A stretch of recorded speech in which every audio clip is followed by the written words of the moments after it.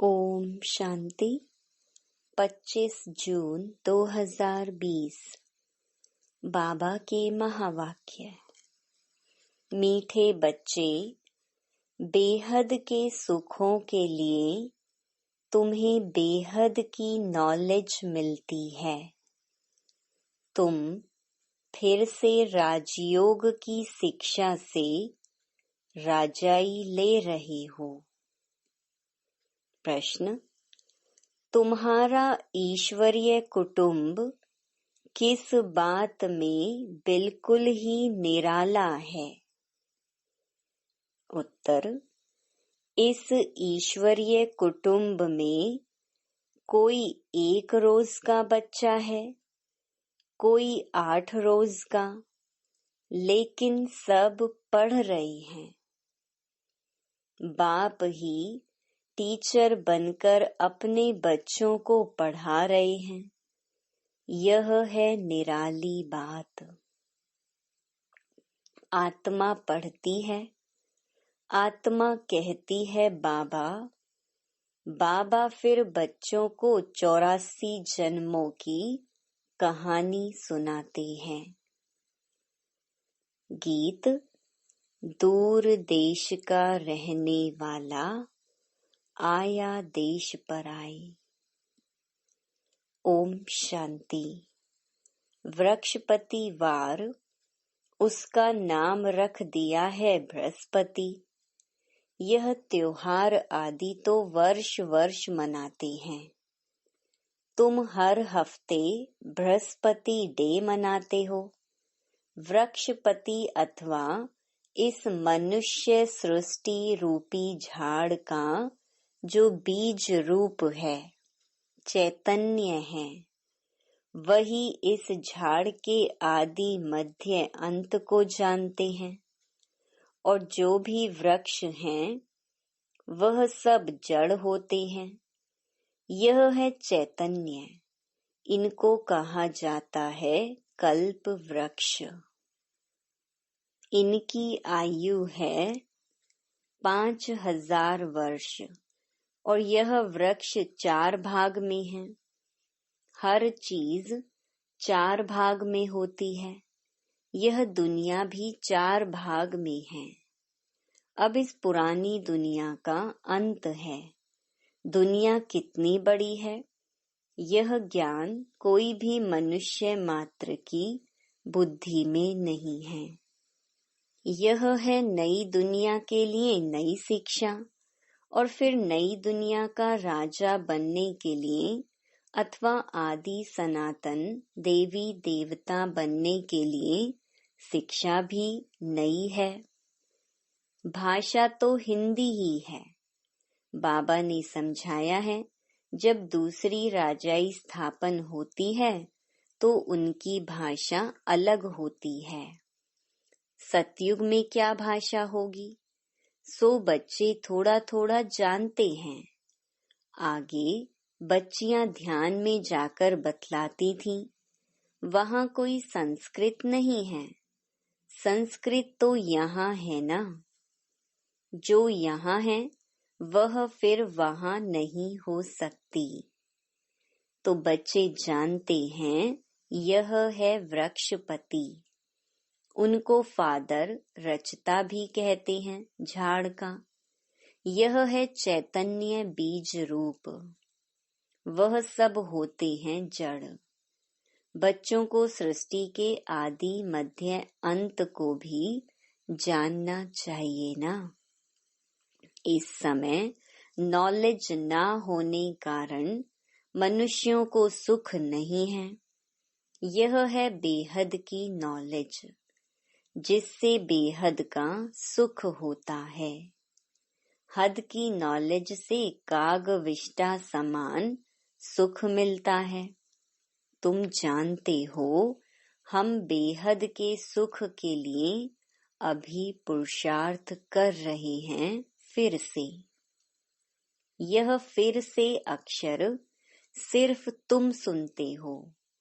तुम ही फिर से मनुष्य से देवता बनने के लिए यह राजयोग की शिक्षा प्राप्त कर रहे हो। यह भी तुम जानते हो, ज्ञान का सागर बाप निराकार है। निराकारी तो बच्चे आत्माएं भी हैं, लेकिन सबको अपना अपना शरीर है। इनको अलौकिक जन्म कहा जाता है और कोई मनुष्य ऐसे जन्म ले नहीं सकते जैसे यह लेते हैं, और इनकी भी वानप्रस्थ अवस्था में प्रवेश करते हैं। बच्चों, आत्माओं को सम्मुख बैठ समझाते हैं और कोई आत्माओं को बच्चे बच्चे कह ना सके। कोई भी धर्म वाला हो, जानते हैं शिव बाबा हम आत्माओं का बाबा है, वह तो जरूर बच्चे बच्चे ही कहेंगे। बाकी कोई भी मनुष्य आत्मा को ईश्वर नहीं कह सकते, बाबा नहीं कह सकते। यूं तो गांधी को भी बापू कहते थे, म्युनिसिपैलिटी के मेयर को भी फादर कह देते, परंतु वह फादर हैं सब देहधारी। तुम जानते हो, हमारी आत्माओं का बाप हमको पढ़ाते हैं। बाप घड़ी घड़ी कहते हैं अपने को आत्मा समझो। वह बाप आकर पढ़ाते भी आत्माओं को हैं। यह है ईश्वरीय कुटुंब। बाप के इतने ढेर बच्चे हैं। तुम भी कहते हो बाबा हम आपके हैं, तुम बच्चे हो गए। कहते हैं बाबा हम 1 रोज का बच्चा हूँ, 8 रोज का बच्चा हूँ, मास का बच्चा हूँ। पहले जरूर छोटा ही होगा, भल 2-4 दिन का बच्चा ही है, परंतु ऑर्गन्स तो बड़े हैं ना। इसलिए सब बड़े बच्चों को पढ़ाई चाहिए। जो भी आते हैं सबको बाप पढ़ाते हैं। तुम भी पढ़ते हो, बाप के बच्चे बने, फिर बाप समझाते हैं तुमने 84 जन्म कैसे लिए हैं। बाप कहते हैं मैं भी बहुत जन्मों के अंत में इनमें प्रवेश करता हूँ और फिर पढ़ाता हूँ। बच्चे जानते हैं यहाँ हम बड़े ते बड़े टीचर के पास आए हैं, जिससे ही फिर यह टीचर्स निकले हैं जिनको पंडे कहते हैं। वह भी सबको पढ़ाते रहते हैं, जो जो जानते जाएंगे पढ़ाते रहेंगे। पहले पहले तो समझाना ही यह है, 2 बाप है ना, एक लौकिक और दूसरा पारलौकिक। बड़ा तो जरूर पारलौकिक बाप हो गया, जिसको भगवान कहा जाता है। तुम जानते हो अभी हमको पारलौकिक बाप मिला है और किसी को पता नहीं। धीरे धीरे जानते जाएंगे। तुम बच्चे जानते हो हम आत्माओं को बाबा पढ़ाते हैं। हम आत्माएं ही एक शरीर छोड़ फिर दूसरा लेंगी, ऊंच से ऊंच देवता बनेंगी, ऊंच से ऊंच बनने के लिए आए हैं। कई बच्चे चलते चलते ऊंचे से ऊंची पढ़ाई को छोड़ देते हैं। किसी न किसी बात में संशय आ जाता है, या माया का कोई तूफान सहन नहीं कर सकते हैं। काम महाशत्रु से हार खा लेते हैं। इन्हीं कारणों से पढ़ाई छूट जाती है। काम महाशत्रु के कारण ही बच्चों को बहुत सहन करना पड़ता है। बाप कहते हैं कल्प कल्प तुम अबलाएं माताएं ही पुकारती हो। कहते हैं बाबा हमको नंगन होने से बचाओ। बाप कहते हैं याद के सिवाय और कोई रास्ता नहीं। याद से ही बल आता जाएगा। माया बलवान की ताकत कम होती जाएगी। फिर तुम छूट जाएंगे। ऐसे बहुत बंधन से छूटकर आते हैं।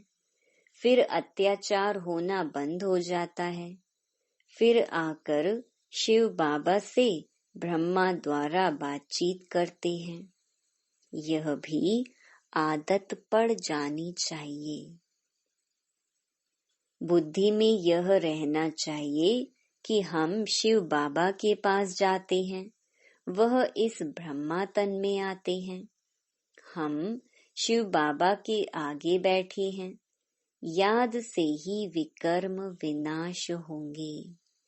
अपने को आत्मा समझ बाप को याद करना है। यही शिक्षा मिलती है। बाप से मिलने आओ तो भी अपने को आत्मा समझो। आत्म अभिमानी भव। यह ज्ञान भी तुमको अभी मिलता है। यह है मेहनत। उस भक्ति मार्ग में तो कितने वेद शास्त्र आदि पढ़ते हैं। यह तो एक ही मेहनत है, सिर्फ याद की। यह बहुत सहज ते सहज है, बहुत डिफिकल्ट ते डिफिकल्ट भी है। बाप को याद करना, इससे सहज कोई बात होती नहीं। बच्चा पैदा हुआ और मुख से बाबा बाबा निकलेगा। बच्ची के मुख से माँ निकलेगा। आत्मा ने फीमेल का शरीर धारण किया है। फीमेल माँ के पास ही जाएगी। बच्चा अक्सर करके बाप को याद करता है, क्योंकि वर्षा मिलता है। अभी तुम आत्माएं तो सब बच्चे हो। तुमको वर्षा मिलता है बाप से। आत्मा को बाप से वर्षा मिलता है, याद करने से। देह अभिमानी होंगे तो वर्षा पाने में मुश्किलात होगी। बाप कहते हैं मैं बच्चों को ही पढ़ाता हूँ। बच्चे भी जानते हैं हम बच्चों को बाप पढ़ाते हैं। यह बातें बाप के सिवाय कोई बता ना सके। उनके साथ ही भक्ति मार्ग में तुम्हारा प्यार था। तुम सब आशिक थे उस माशूक के। सारी दुनिया आशिक है एक माशूक की। परमात्मा को सब परम पिता भी कहते हैं। बाप को आशिक नहीं कहा जाता। बाप समझाते हैं तुम भक्ति मार्ग में आशिक थे। अभी भी हैं बहुत, परंतु परमात्मा किसको कहा जाए, इसमें बहुत मूंझते हैं। गणेश, हनुमान आदि को परमात्मा कह एकदम सूत मुझा दिया है। सिवाय एक के कोई ठीक कर न सके, कोई की ताकत नहीं। बाप ही आकर बच्चों को समझाते हैं। बच्चे फिर नंबरवार पुरुषार्थ अनुसार समझते हैं और समझाने के लायक बनते हैं। राजधानी स्थापन हो रही है। हूबहू कल्प पहले मिसल तुम यहाँ पढ़ते हो। फिर प्रालब्ध नई दुनिया में पाएंगे। उनको अमरलोक कहा जाता है। तुम काल पर विजय पाते हो। वहाँ कभी अकाले मृत्यु होती नहीं। नाम ही है स्वर्ग। तुम बच्चों को इस पढ़ाई में बहुत खुशी होनी चाहिए। बाप की याद से बाप की प्रॉपर्टी भी याद आएगी। सेकंड में सारे ड्रामा का ज्ञान बुद्धि में आ जाता है। मूल वतन, सूक्ष्म वतन, स्थूल वतन, 84 का चक्र, बस यह नाटक सारा भारत पर ही बना हुआ है। बाकी सब है बाई प्लॉट। बाप नॉलेज भी तुमको सुनाते हैं। तुम ही ऊंच से ऊंच फिर नीच बने हो, डबल सिरताज, राव और फिर बिल्कुल ही रंक। अब भारत रंक भिखारी है, प्रजा का प्रजा पर राज्य है। सतयुग में था डबल सिरताज, महाराजा महारानी का राज्य। सब मानते हैं आदि देव ब्रह्मा को, नाम बहुत दिए हैं। महावीर भी उनको कहते हैं, महावीर हनुमान को भी कहते हैं। वास्तव में तुम बच्चे ही सच्चे सच्चे महावीर हनुमान हो, क्योंकि तुम योग में इतना रहते हो, जो माया के भल कितने भी तूफान आए, लेकिन तुम्हें हिला नहीं सकते। तुम महावीर के बच्चे महावीर बने हो, क्योंकि तुम माया पर जीत पाते हो।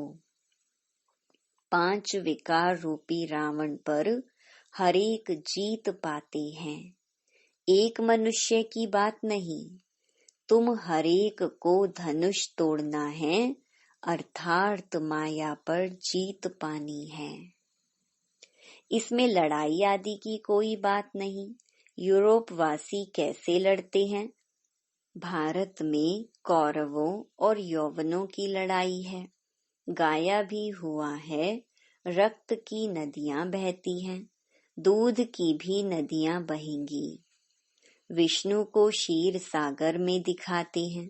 लक्ष्मी नारायण है पारसनाथ, उनका फिर नेपाल तरफ पशुपति नाम रख दिया है। एक ही विष्णु के 2 रूप, पारसनाथ पारसनाथिनी। वह है पशुपतिनाथ, पशुपतिनाथ पत्नी। उसमें विष्णु का चित्र बनाते हैं, लेक भी बनाते हैं। अब लेक में क्षीर अर्थ कुछ भी नहीं, 4 भुजा वाला मनुष्य तो कोई होता नहीं। अभी तुम बच्चे सोशल वर्कर हो, रूहानी बाप के बच्चे हो ना। बाप सब बातें समझाते हैं, इसमें कोई संशय नहीं आना चाहिए। संशय माना माया का तूफान। तुम हमको बुलाते ही हो, हे पतित पावन आओ, आकर हमको पावन बनाओ। बाप कहते हैं, माँ मेकम याद करो तो तुम पावन बन जाएंगे। 84 के चक्र को भी याद करना है। बाप को कहा जाता है पतित पावन, ज्ञान का सागर। 2 चीज हो गई, पतितों को पावन बनाते और 84 के चक्र का ज्ञान सुनाते हैं। यह भी तुम बच्चे जानते हो, 84 का चक्र चलता ही रहेगा, इनकी एंड नहीं है। यह भी तुम नंबर वार पुरुषार्थ अनुसार जानते हो। बाप कितना मीठा है। उनको पतियों का पति भी कहते हैं, बाप भी है। अब बाप कहते हैं, मेरे से तुम बच्चों को बड़ा भारी वर्षा मिलता है, परंतु ऐसे मुझ बाप को भी फारकती दे देते हैं। यह भी ड्रामा में नूंद है। पढ़ाई को ही छोड़ देते, गोया फारकती दे देते। कितने बेसमझ हैं। जो अक्लमंद बच्चे हैं, वह सहज ही सब बातों को समझकर दूसरों को पढ़ाने लग पड़ेंगे। वह फौरन निर्णय लेंगे कि उस पढ़ाई से क्या मिलता है और इस पढ़ाई से क्या मिलता है, क्या पढ़ना चाहिए। बाबा बच्चों से पूछते हैं, बच्चे समझते भी हैं कि यह पढ़ाई बहुत अच्छी है, फिर भी कहते क्या करें, जिस्मानी पढ़ाई नहीं पढ़ेंगे तो मित्र संबंधी आदि नाराज होंगे। बाप कहते हैं, दिन प्रतिदिन टाइम बहुत थोड़ा होता जाता है। इतनी पढ़ाई तो पढ़ नहीं सकेंगे। बड़े जोर से तैयारियां हो रही हैं। हर प्रकार से तैयारी होती है ना। दिन प्रतिदिन एक दो में दुश्मनी बढ़ती जाती है। कहते भी हैं ऐसी ऐसी चीजें बनाई हैं जो फट से सबको खलास कर देंगे।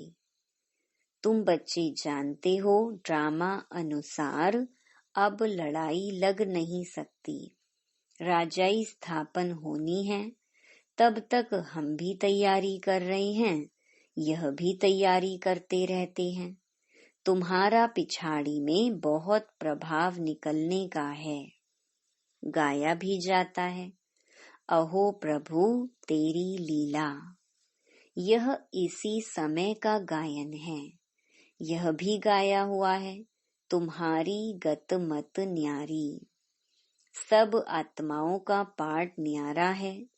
अभी बाप तुमको श्रीमत दे रहे हैं कि माँ मेकम याद करो तो विकर्म विनाश होंगे। कहाँ श्रीमत, कहाँ मनुष्यों की मत। तुम जानते हो विश्व में शांति सिवाय परमपिता परमात्मा के कोई कर न सके। 100% पवित्रता, सुख, शांति 5000 वर्ष पहले मुहाफिक ड्रामा अनुसार राज्य स्थापन कर रही हैं। कैसे? सो आकर समझो।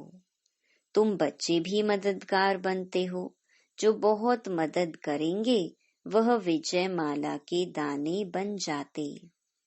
तुम बच्चों के नाम भी कितने रमणीक थे। वह नाम की लिस्ट एल्बम में रख देनी चाहिए। तुम भट्ठी में थे, घर बार छोड़ बाप के आकर बने।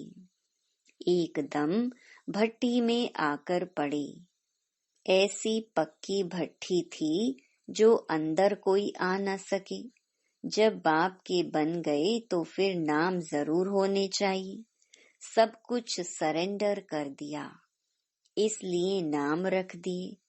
वंडर है ना, बाप ने सबके नाम रखे। अच्छा, मीठे मीठे सिकिलधे बच्चों प्रति मात पिता बाप दादा का याद प्यार और गुड मॉर्निंग। रूहानी बाप की रूहानी बच्चों को नमस्ते। धारणा के लिए मुख्य सार। पहला, किसी भी बात में संशय बुद्धि नहीं बनना है। माया के तूफानों को महावीर बन पार करना है। ऐसा योग में रहो जो माया का तूफान हिला न सके। दूसरा, अक्लमंद बन अपनी जीवन ईश्वरीय सेवा में लगानी है। सच्चा सच्चा रूहानी सोशल वर्कर बनना है। रूहानी पढ़ाई पढ़नी और पढ़ानी है। वरदान, संकल्प रूपी बीज को कल्याण की शुभ भावना से भरपूर रखने वाले विश्व कल्याणकारी भव। जैसे सारे वृक्ष का सार बीज में होता है, ऐसे संकल्प रूपी बीज हर आत्मा के प्रति, प्रकृति के प्रति शुभ भावना वाला हो। सर्व को बाप समान बनाने की भावना, निर्बल को बलवान बनाने की, दुखी अशांत आत्मा को सदा सुखी शांत बनाने की भावना का रस व सार हर संकल्प में भरा हुआ हो। कोई भी संकल्प रूपी बीज इस सार से खाली अर्थात व्यर्थ ना हो। कल्याण की भावना से समर्थ हो तब कहेंगे बाप समान विश्व कल्याणकारी आत्मा। स्लोगन: माया के झमेलों से घबराने के बजाय परमात्मा मेले की मौज मनाते रहो। Om Shanti. To watch Peace of Mind channel videos on YouTube, subscribe us on youtube.com/tvpeaceofmind. Just a click for a peaceful life.